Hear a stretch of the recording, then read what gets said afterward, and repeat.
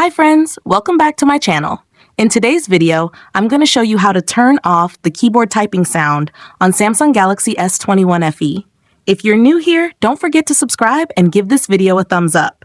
Now, let's dive in. Step 1. First, unlock your phone and open the Settings application. This is where you can find various customization options for your device, including display settings, security settings, and accessibility features. Step 2. Now, locate the search icon in the top right corner and tap on it.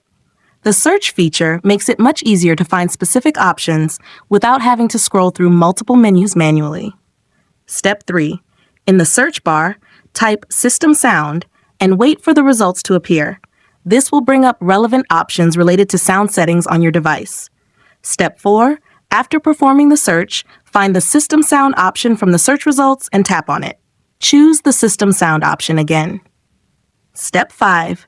For the last and most important step, locate the Samsung keyboard option. Unfortunately, this setting is turned on, which is why you hear a sound every time you type. So, tap the Samsung keyboard option to turn it off. If you found this tutorial helpful, don't forget to give it a thumbs up and subscribe to my channel for more great tips.